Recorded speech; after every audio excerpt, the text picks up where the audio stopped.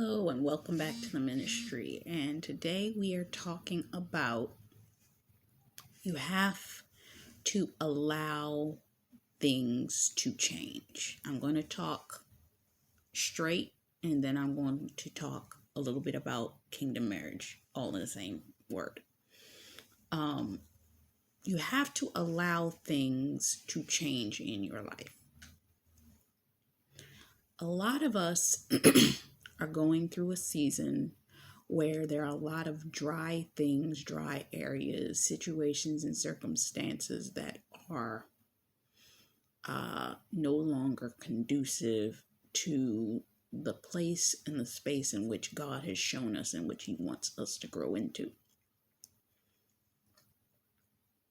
But with that, there must be transition.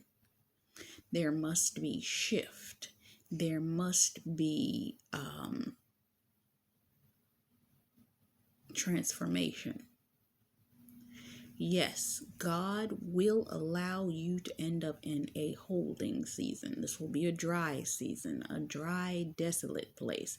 I'm going to go into this probably in my next word where I talk about the dry places. But He'll allow you to do that because He needs to make sure that all of the curses, all of the strongholds, all of those things have dried up, worn out, died off. He will allow those things. So sometimes you're sitting there saying, why am I in this dry place? Why am I in this disaster zone? Why am I in this place where the Lord is allowing me to have to go through this type of struggle? Because of the fact that He needs to build your character. He needs to build your tenacity. He needs to build some of y'all. He needs to build your ability to not so much keep your mouth shut, but that too, but your ability not to jump at people or back from people when they attack you. Because you're going into seasons, spaces, and places that people are going to have a lot to say about you. And you have to be able to have the tenacity in your spirit. Okay, this person done said something about me. I'm going to carry this with grace. And I'm not going to say anything derogatory back to them. Because you're going to be in spaces where some of y'all going to end up either in relationship, association with, or personally through association with people becoming famous, becoming leaders in some type of way. And because of this factor, God had to tame your tongue first. He didn't need you being what you say come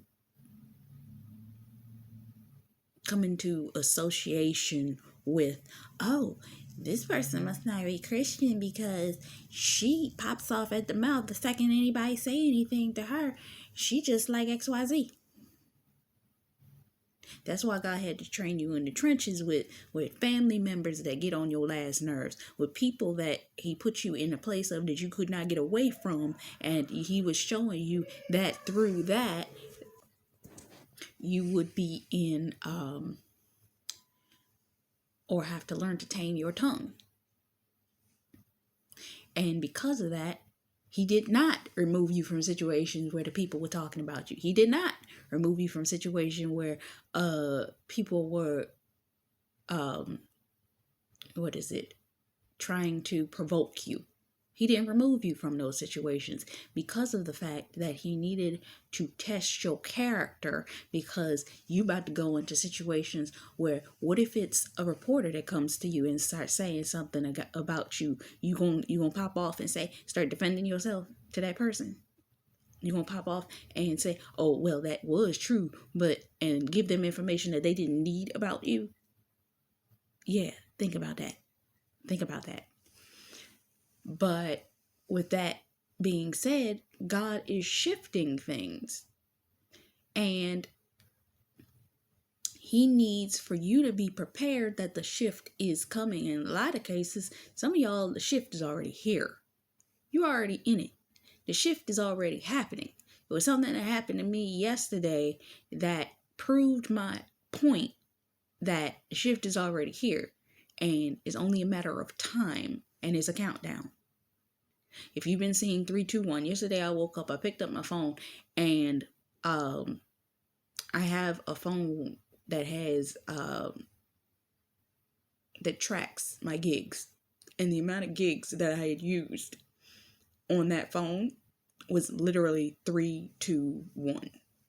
I was on my phone yesterday afternoon and I saw a song titled ABC 1, 2, 3.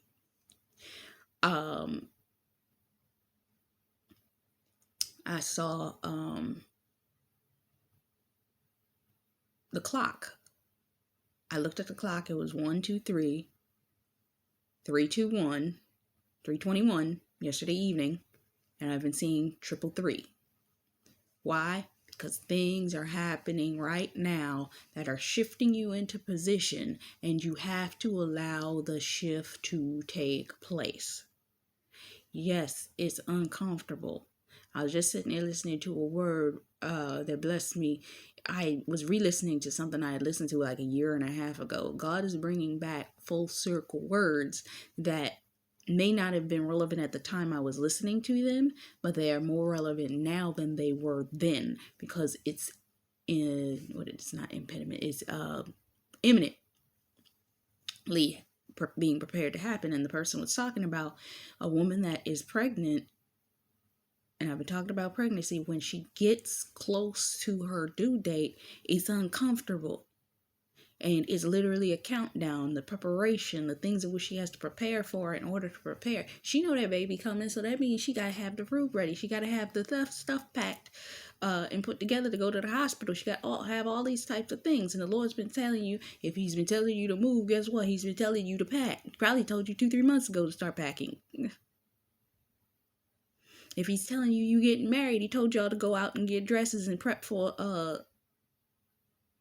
getting ready to get married. He told you if you're supposed to have a wedding that's going to be planned for other purposes, get your wedding plans out and start planning. What God was doing to me a few years back was there was a book I kept seeing. It was from The Knot. And I ended up taking a walk in Brooklyn one day. Most places were shut down that day because I think it was like a Memorial Day holiday or something like that. But I took a walk nearby where I was living at the time and ended up at the Michael's craft store. When I walked in the store, I was just seeing what it was about. I'm an artist, I'm a creative. I just love going to places like that and seeing what they have, new crafts, beads, all that kind of stuff. And I just happened to stop. I turned and looked to my left, and when I looked to my left, on the shelf within eye's range was the book, The Knot, talking about how to plan your wedding. Now, I didn't think about nothing about that until a year later. I was walking with a friend of mine. This is heavy in the midst of COVID. And she used to always pick up books that people would set out because she was an avid reader and she loved antique books and stuff like that. And we were walking and she had seen a box of books. And she's like, hold on, wait a minute. I'm going to look and see what books they got. When she walked back and came to me, the first thing she handed me, I lie to you not, was the book that I was looking at on the shelf a year before that called The Knot, talking about how to plan your wedding. I said, well, there you go.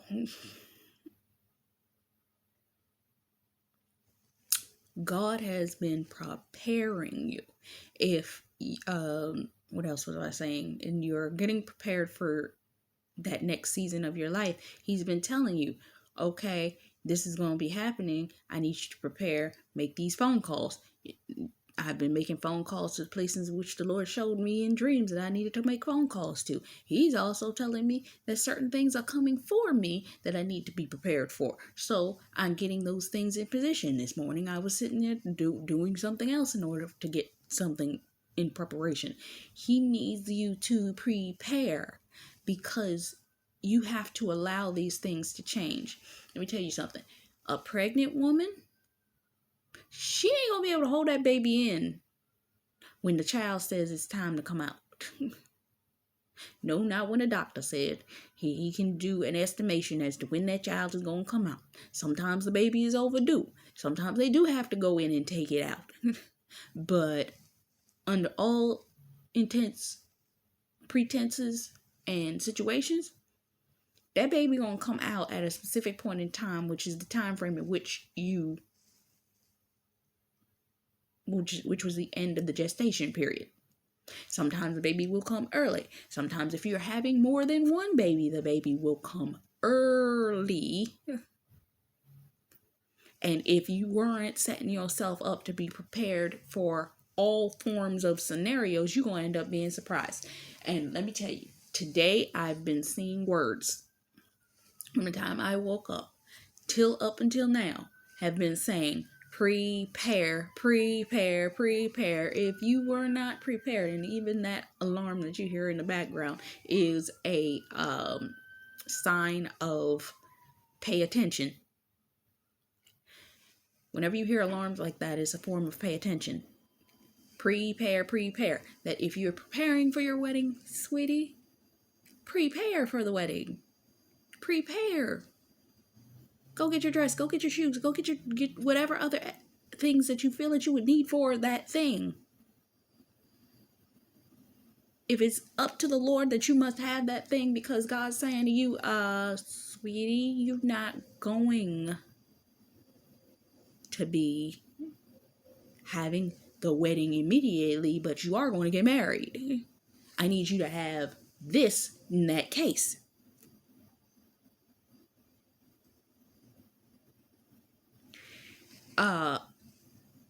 I need you to be prepared in either way. Do you have some shoes? Do you have the dress? Do you have everything in which you need that in the case of an emergency and God says, now you ready to go? Because a lot of people, and I've been seeing these confirmations, your God or their spouse is not. You sitting up there thinking, well, it done took all this time up until this point, and I done seen 15 words previously saying that it was about to happen now, and it's like, okay, yeah, okay, whatever, you said you'd been saying that, so, and God's like, no, no, no, no, no, no, no, no, no, no, no, no, no, no. It's about to happen. Like, for real. Like, you gonna wake up today, you gonna get a phone call tomorrow, and the next day, you gonna be on a flight. Get your passport, put it in the right place, so in the case that you have to leave, you ain't sitting up there fumbling like, oh my God, I gotta leave, I gotta get this together, I gotta get this in order, I gotta do that, and I gotta do that. Good. Know where these things are, have them associated where they need to be associated at, place them where you need for them to be, so that you can have them packed away or packed up so that you can be ready to walk out the door. Hello. Have your bags in such a way that if you gotta use stuff, make sure one bag has that stuff in it, and you are pulling stuff out of that bag and putting it directly back. If you have other stuff that you use on a daily basis, make sure that the things that you need to have out that you go through on a daily basis are put away in a container or storage bag that you can reach in there and you can take out what you need to take out, but you don't got to be pulling out all the stuff that you have packed away. 3, make sure that you have your suitcase packed to a degree that, okay, if push comes to shove and I need to go, everything in here is what I need. Even if I don't have that many clothes, more than likely I'm gonna either end up getting them when I get where I'm going or XYZ. But make sure I have the essentials, my undergarments, all of these types of things, and at least 1 pair or 2 pairs of outfits that, in the case of emergency, I can put on. It's getting colder. Make sure you have your coats ready, that if you're going to be going somewhere, you make sure that the coat is ready to be packed away to go where you need to go.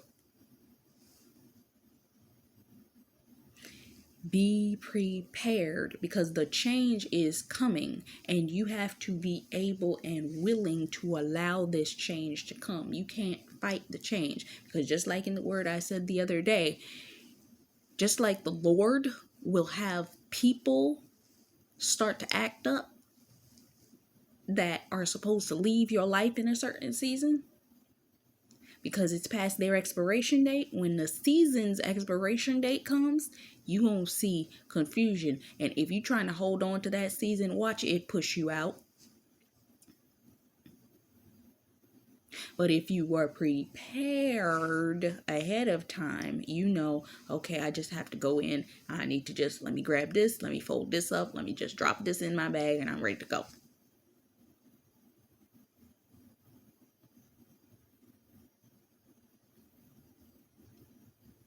Another woman, Dana Ray, released a word not too long ago called pack light. Some of y'all sitting there trying to pack everything that you have, and God's like, I need you to just take this. For me, I know I have notebooks, books, laptops, tablets, all this kind of stuff. I got a whole bag for that, and I got other stuff. Make sure that you, and I'm looking at the Lord like, well, you know I brought this with me, and you know that I need these things, so who you having help me carry this stuff? Because I injured my hand recently. I can't lift and carry like I was. I can't carry 2 bags in my hands. And this is my dominant hand, which means I can't even carry anything in this hand for longer than about 30 seconds.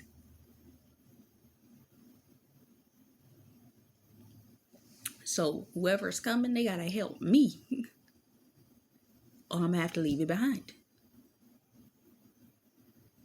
At the end of the day, I'm taking my electronics. At the end of the day, I'm taking my documents that I need. Anything else that the Lord says, okay. But I can't be weighed down with too much stuff. And that's the only thing I have left to determine. So you have to allow the change before the change comes and you're forced out of the situation.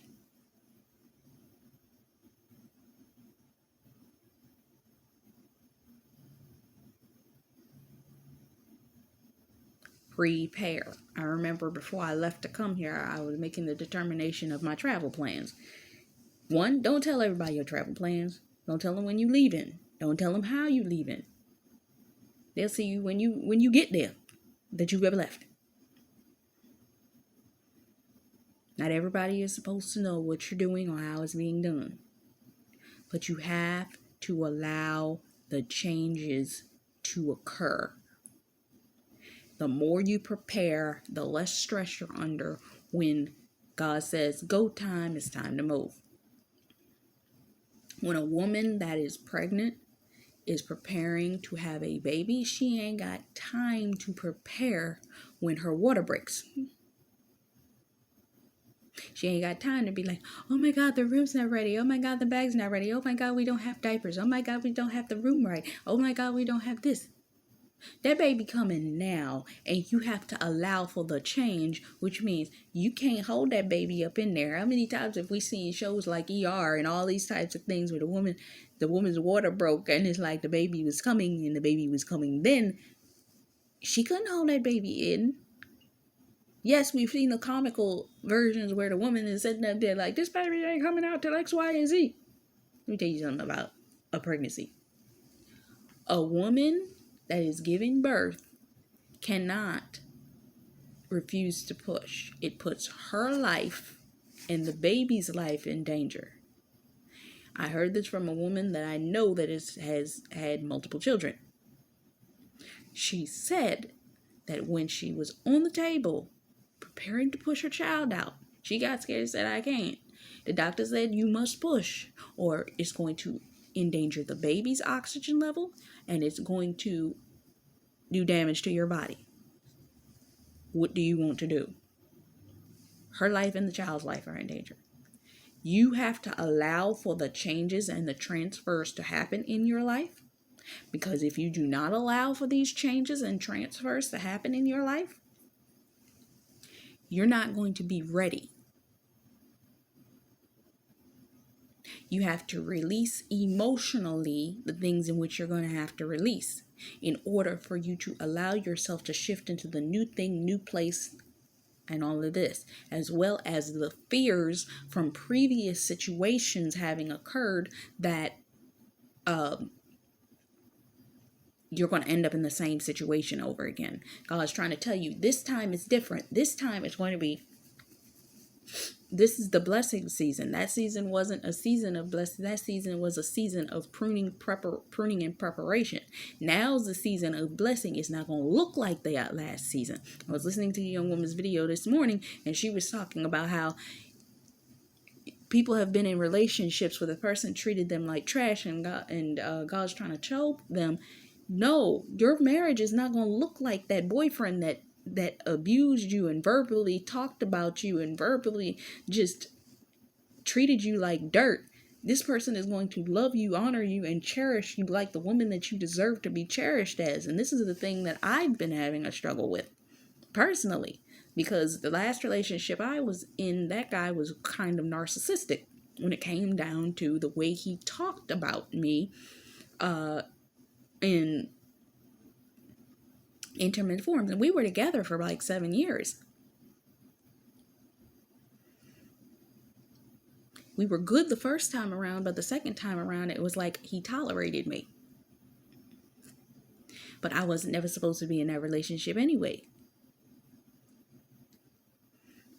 And God's trying to say, no, it ain't going to be like that.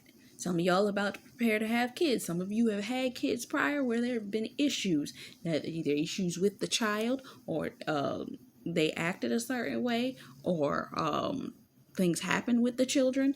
And God's saying, what happened to them before is not going to happen now. They're going to heal, and the next child you're going to have is going to be good. It's going to be healthy. No mental issues. No nothing. No tormenting spirits.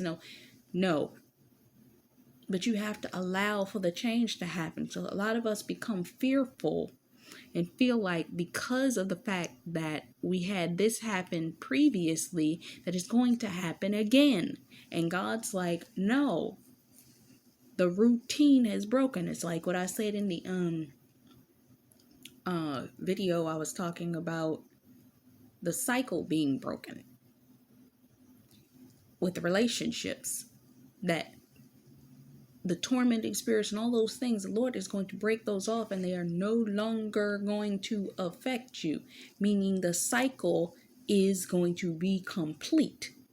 I've been seeing full circle, the ministers, I say, and see, this is how I know my God ordained spouse is in alignment with what's happening, is because I know from what I'm seeing him do, and the ministers that I follow on social media, all of them are saying the exact same thing.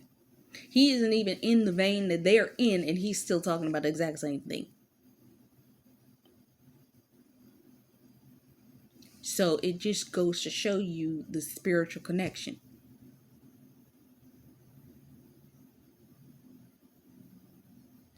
So you have to understand that it's scary. I know. It's scary for a woman that goes into labor and never had a baby before in her life. They've never felt the pain that they felt before. But they have to allow it to happen, because that's the only way that baby's going to come out. And some people, y'all sit up there afraid to death that y'all gonna end up in a pregnancy, that this labor is gonna be extremely painful. What if you're like some of those other people that have had babies and they are barely affected by the pain? You see people go into labor and they just silently go through the process, and that baby comes out and it was like, you are a warrior. This thing didn't even bother you. Yeah, because you've been through the pain already. God's like, now it's time for the blessing. But you have to allow it to take place. Now let's see where I might be able to say this last part. I was looking at last night I was looking at another episode of my old show, and what happened was within the past couple of episodes, the character was dealing with the so-called death of her kingdom spouse.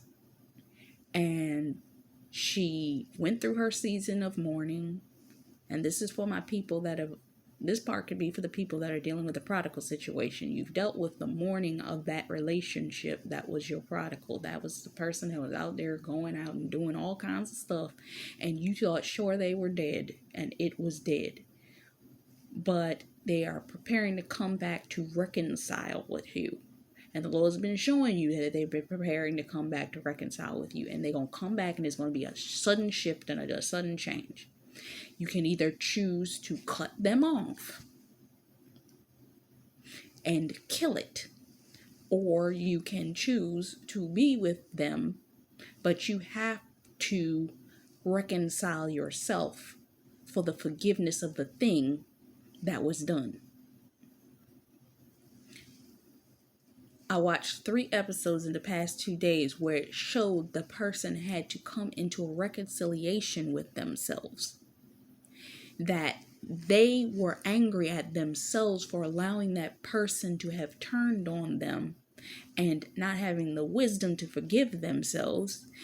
And what ended up happening was in the final moments, the young woman, she was ignoring her feelings towards that thing. She tried to get her life back together, get her identity back together. She did all the work that she needed to do. She came out of the dry season. She was back associated with her family and all of these things. She's dealing with the restoration of family friendships and family members. And yes, it's turbulence because of the fact that some of the turmoil from the backlash of being in a dry season and then coming back. And then even coming into the understanding that there was a potential person that could replace her. And here comes the counterfeits. You have the counterfeit female, which is the person that could have replaced her. And then you have the counterfeit male, which is the guy that was potentially trying to replace her kingdom spouse. A lot of people within the past couple of days, I've been seeing videos where they're talking about the counterfeits are coming up and rising up with a vengeance.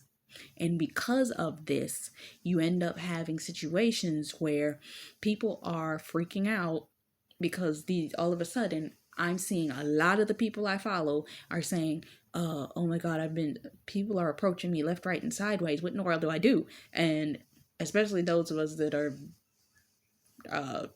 what are you saying? What's the word I'm looking for? We are more inclined to be isolated. We are more inclined to be non-out there people. So when people start approaching us, we don't even know what to do about it. So a lot of them are saying that men are starting to approach them. And what it is, and I saw this a while ago, it's about a character assassination and a setup. The one woman went through a process, and what she was doing is publicly, she was on social media, and the person was following and commenting to her posts. And she came into the realization, this person is trying to really get into me. She thought that she was going to get rid of them, and instead it caused them to be more attached to her. She's trying to shut that down, and now she's sitting up there saying, I gotta get this person away from me because I done gave them access to my social media. Now I gotta block and ban them, all that kind of stuff. Don't let the people in. If God didn't say that person was your person to let in, don't let them in. Find an excuse. And because of that, let's see here. Because of those elements, this character was dealing with this guy coming in, and she was a little bit forlorn due to the fact that she hadn't been in a relationship, and she would call herself, I'm going to move on from this man. He's dead to me. He's da-da-da-da-da. And the new guy comes up, and it just showed even more clues that her man was coming back, because the guy that was approaching her and trying to get close with her, he comes and brings her a ring that is the identical band to the ring that her kingdom spouse gave her the night of her birthday. identical ring. She drops it on the floor and says, oh my God. God will give you hints in a time when somebody's trying to come to you to tell you, get away from this person. Your kingdom spouse is en route to you. But you have to allow the Lord to show you the signs that this is about to happen, because you're going to miss it otherwise. And she calls herself, look, I just want to let this go. I don't want to deal with this no more. So what she ends up doing is she takes the ring, the actual ring that her kingdom spouse gave her, and puts it in the place in which he lived. And she said, I'm releasing this. I'm letting this go. I'm moving on with my life. Wouldn't you know, the second she left, he came back. When you come into a place of forgiveness, forgiving the sins and all of the things, and allowing the change and transformation to happen in your heart, you're going to see the thing that you've been praying for, the thing that you've been holding on to, the thing in which you've been sowing for, crying for, preparing for. It's going to come, but you have to allow yourself to heal, and you have to allow yourself to forgive. And a lot of us, we already did it. The season of that is over. We've been in a resting season in preparation for the birthing of the promise to come to pass, because all of the steps have been taken. Now you just have to receive. The second that she released it and let go, a lot of people have been saying, let go, let go, let go, let go, and let God do it. God is going to do it, but don't let go of the promise. All of the pieces are coming together in this season. I saw a word yesterday talking about don't forsake all of the pieces.